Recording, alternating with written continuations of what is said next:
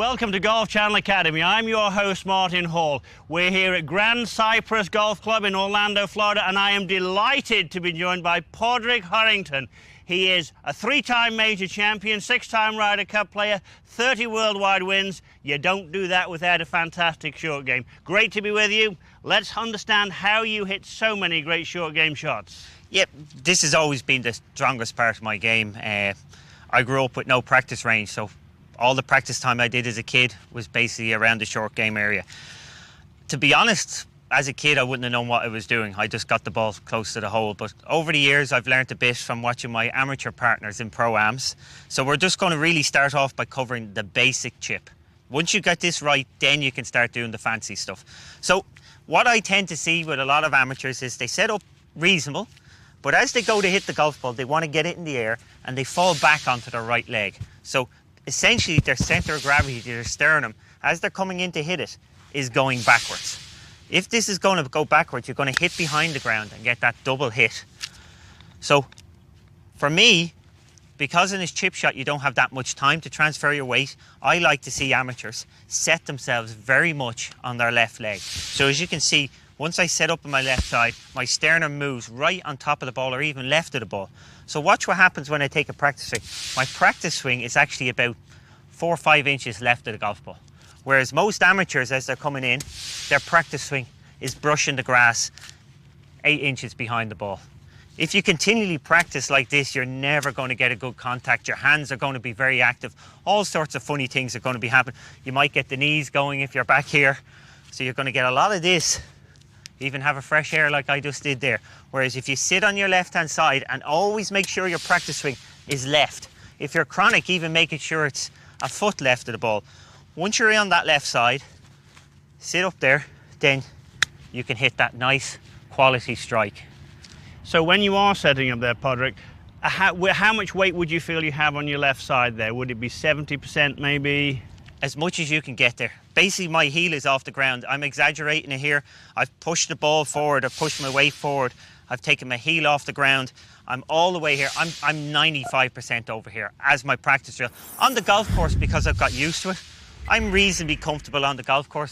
I'm going to be like 75% over here on the golf course, but I've earned that. I've worked hard to get in that position. For sure. For most amateurs, set it up as far left as you can, get your practice swing left of the golf ball, and then your chipping problems will go away. There is an amount of release of the body. It turns a bit, doesn't it? It does, but you don't have to think about it once you're in this position. It's going to get out of the way. Okay. It is going to, so I'm not consciously going, I've got to turn, because sometimes when people try and turn, the club will get behind and then they'll have to catch up. So the basic chip shot, the basic contact, the mistake you see amateurs make, weight's too far back. So get the weight forwards.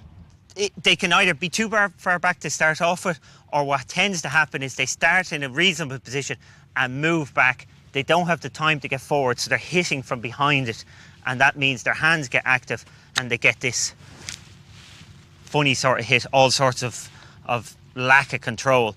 Whereas if they stay here, everything responds, and you can see it's a much crisper action once you're left of the ball. Everything responds to that position, sitting on that left-hand side. Let's have one more good one. One more good one.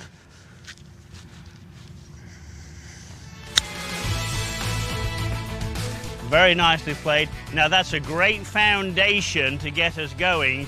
And when we come back, a little more sophisticated stuff around the greens from one of the best in the business at getting up and down. Don't go anywhere. The strangest thing ever. I was in the zone, I went out of the zone, and by the time I hit that pitch shot, I was actually back in the zone, showing off like a 15-year-old kid, trying to see how much spin I could get. This for a miracle, hole it. I've seen everything. I hit it really hard low with a lot of spin, and the whole crowd, they assumed I'd knifed it over the green. It was coming in that fast. Ooh, that needs to get down quick. And in my head I was going, watch this, it's going to spin, exactly like a kid would be. Beautiful. And it did, spun up to about 5-6 feet. Oh, baby, still with a chance. I won't say I never looked back, because obviously when I hit the tee shot in the first playoff hole, I never looked back. Padraig Harrington championship.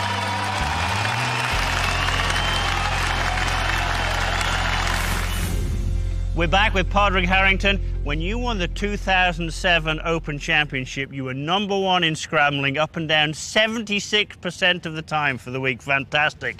That would involve club selection. So we talked about the basic. Let's talk about club selection now. Where to land the ball, how to see the shot. Yeah, once you've become confident at your basic chip shot, most amateurs will ask me, well, what club should I be playing? How do I play a chip and run? And where should I be landing? Well, straightforward when it comes to what club you're going to be playing. Essentially, I know this is a rule of thumb. Basically, I chip a 9-iron 1/3 of the way and it runs 2/3. I chip an 8-iron a quarter of the way and it runs 3/4. I chip a pitching wedge 2/5 and it runs 3/5. On a basic green, I chip a sand wedge halfway, a lob wedge 2/3 of the way. That gives me a rule of thumb on a flat green normal so that I'm not doing something silly when I'm under pressure. Okay, obviously it changes when the greens get firmer and faster, but as a basic rule of thumb, a 9-iron 1/3 of the way in the air, 2/3 of the way running.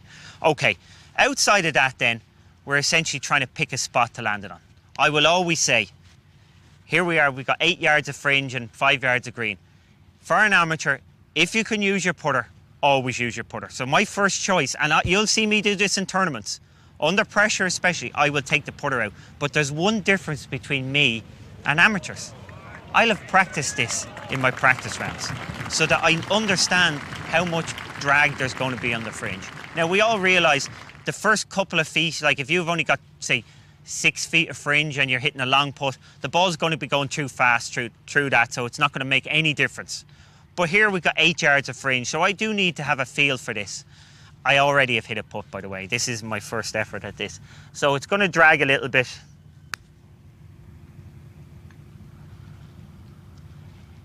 That Now, would be pretty good. But, pretty safe. To be honest, I'd be disappointed with that. And yet it's still within that 5-foot radius. And that's the beauty of putting. Your margin for error is so much greater with a putter. And it's true, a bad putt is always better than a bad chip. That's what I was brought up being taught about. And the fact is, if I can get it inside 5 feet, it's nearly 100% hit rate once you start getting into 5-4 feet. I don't need to get a chip shot or a putt to within a foot. I just need to make sure I don't leave it 8 feet away. And essentially, I'm taking the risk of me hitting a bad chip out here and chipping it to 8 feet, which is only a 50% hit rate on the tour. Well, that's great and very good advice. Let's just imagine here, though, the grass is just a little bit too long to use the putter. What would you do then? Well, this is an interesting one. I would always try and land the ball on the green, if you can, because you're going to get the most consistent bounce off the green surface. If you have to chip the ball through the rough or through the fringe, you can get a funny bounce. Do it when you have to, but if you can avoid it, please do. So again, usually I'm picking a club that lands about 2 paces on to give me room for error, that I'm not going to pitch in the fringe, and then I'm going to let it run to the hole.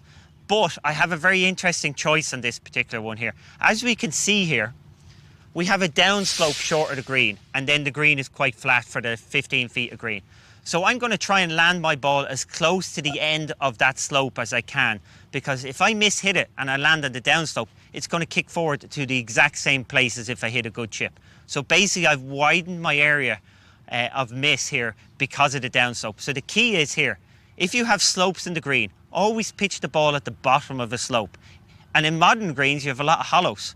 So actually, if you have a hollow, pitch it in the base of the hollow. That way, if you hit it too easy, it's going to hit the downslope and kick forward. If you hit it too hard, you're going to hit the upslope and it's going to stop. Would you ever open the face a bit to add a bit of loft? I mean, yeah, play it back a bit to absolutely, take a bit off but it depends more on the lie and the shot I'm trying to play. With a lob wedge, you're more likely to open up. With a sand wedge and down, you're just keeping a reasonably square club face. Again, it really is about trying to make sure whatever club you're hitting, you're getting a good strike on it. Again, see, I've just jumped that a little bit short and it's kicked forward. So I'm getting the benefit of that downslope there very nicely. So we'll hit this a little harder. Now I've landed on the flat. Yeah, I like that one, by the way. But yeah, I know that one went in and that's lovely, but the beauty of that shot was my bad shots are still going to be close enough that they're stone dead, all because I chose the right club. Whereas if somebody picked, which most amateurs will do, they'll pick the lob wedge, they'll need to throw it 2 or 3 yards onto the green, and if they just miss that strike a little bit, it's going to come up 6 feet short. If they just get it a little bit heavy, it's going to go 6 feet by. Whereas my shot here, because I have the downslope, I've got a good margin for error. And the key with chipping is you're trying to eliminate the big mistake. I know people think, oh, Harrington's always trying to chip in. I'm not. I'm trying to take the best option to eliminate big errors, because I know if I can get it inside this distance, that's every bit as good as that really on tour, because we're close to 90%, or close to 100% from that range. That's great stuff. That's certainly going to help a lot of people. Now, when we come back, we're going to talk about the much higher shot, the flop shot, the one that all you guys on the PGA Tour play so well. But at home, it might be tricky. Well, it won't be when you've listened to the Irish Wizard when we come back.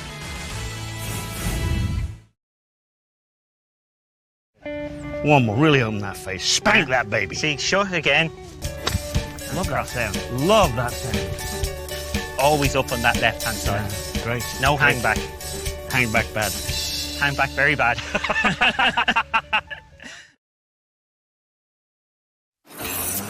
It's now time for Laser Focus, presented by Bushnell. Okay, we're in the rough here, and unfortunately there's no way around the rough. It's about experience. They say hit 2 inches behind the ball in the rough. Couldn't be further from what you want to do. You always want to try and hit the golf ball clean the exact same way if you're on a tight fairway, but you got to realise it won't happen. The rough will get in the way. So if I try and hit 2 inches behind, what will end up happening is I actually hit there 6 inches behind. Whereas if I try and hit the golf ball clean, like so, you'll see that mark on the face. I'm guaranteed the grass is going to get in the way, so I ended up hitting about 2 inches behind. But you must try and hit the golf ball clean. That's when you know the rough will get in the way. The only thing I would suggest on a rough shot compared to a fairway shot is you should try and keep your centre very stable after you've hit the golf ball. That ensures you accelerate. So it's nearly like a putt in terms of my head. Watch my head stays there. That makes sure I accelerate through the ball. Okay, but it's all about experience. Get out there and practice it. And you'll find some lies the ball comes out quick, some lies the ball comes out particularly heavy. But you must learn that yourself.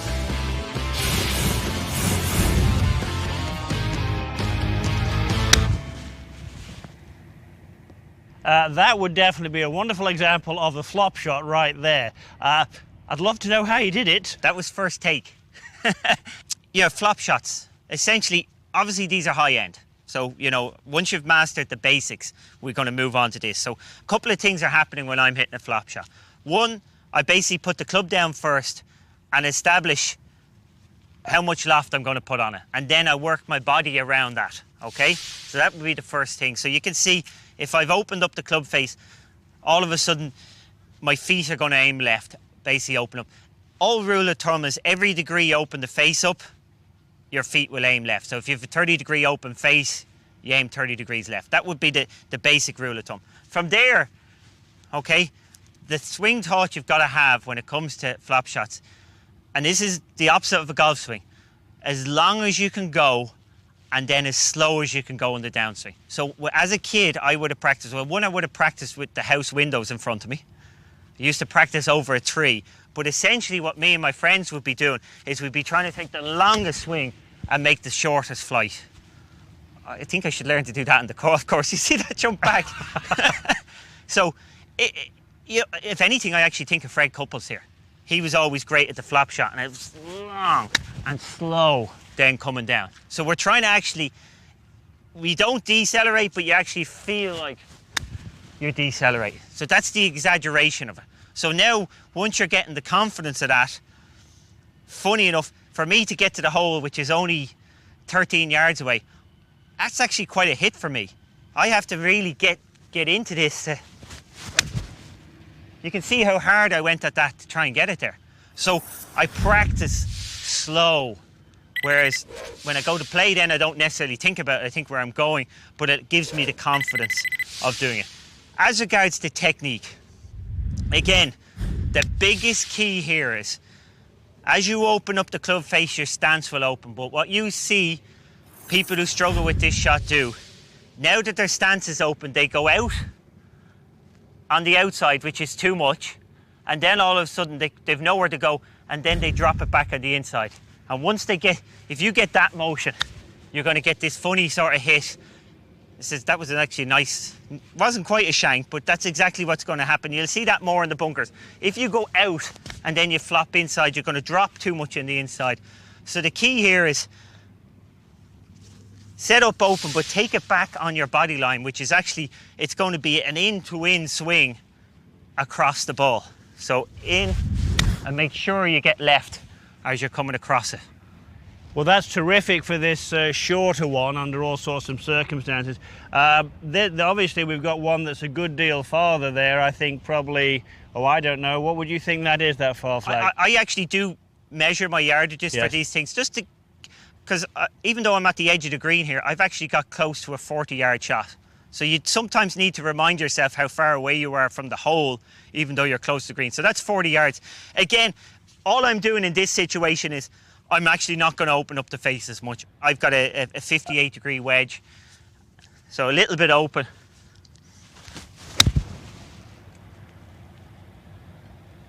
A little bit hard. But again, I like the fact this is spinning back. Absolutely. One more good one, and then we're going to talk about where we're going with the last segment of this show. One more good one, please, Paddy. Okay, so again, sitting up on my left-hand side, a little bit open, and a nice solid contact.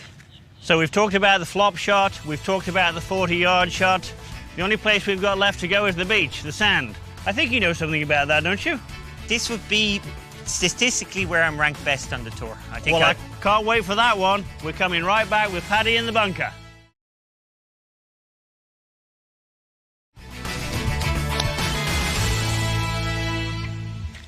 We're back with a superb bunker shot by the Irishman. Now, you teased that this is perhaps the strongest suit in your game. So let's let everybody know how you do it. Yes, statistically I'd be best on. This would be the one that I do the best in on tour. I'm generally top 5 proximity. So, first of all, for the amateur, the basic thing, like the chipping, they've got to get all the weight planted on the left side. We do not want any movement back into this side. We want none of this back here. You're going to hit a foot behind the ball, and that you're never going to be able to shift it out. And that's why you often see with amateurs, they make a big hard swing in the bunkers, because if you're on your right hand side, you have to make that hard swing to get the ball out. But if you're on your left hand side, planted up here on the left side, you can sit nicely on it, and it's a nice smooth swing, but you've got to stay left, like so. Always got to stay on that left hand side, planted in there. Again, you'll even see I don't put my right heel on the ground in the backswing at all. So you set up, I actually take my heel off the ground to make sure I'm sitting up there. Trust it. A little bit heavy that time, but pretty nice. There's a lot of talk, and not everybody understands it, about using the bounce. What would that mean to you, Paddy? You know, if you get your body in the right place, the bounce will respond. They are talking about the back end of the club here. And essentially when it opens up, it hits in the ground and it stops the club from digging. It makes the sand jump up and the club come back up. I think it will work as long as you're on your left-hand side. Okay. Okay, once you're in this side, again, a couple of issues with it. Clearly, once you're on that side, you're going to start getting a better contact. So again, if you really want to work that bounce, once you're sitting over here on the left-hand side, just let go with your right hand through impact, and the left will be moving underneath and working the bounce. In the last couple of years, you found a newer way, a better way perhaps? I wouldn't say better, but it changes, it eliminates some of the bad shots that I hit. So essentially, for an amateur golfer, all he needs to concentrate is getting on his left side. Yes, work that club underneath, great, if you get to a certain level. But for the better player, you're really talking sort of 5 handicap down. When they have a problem in the bunker, they open up. Every degree you open your face, you open your stance. That's what we were told as kids.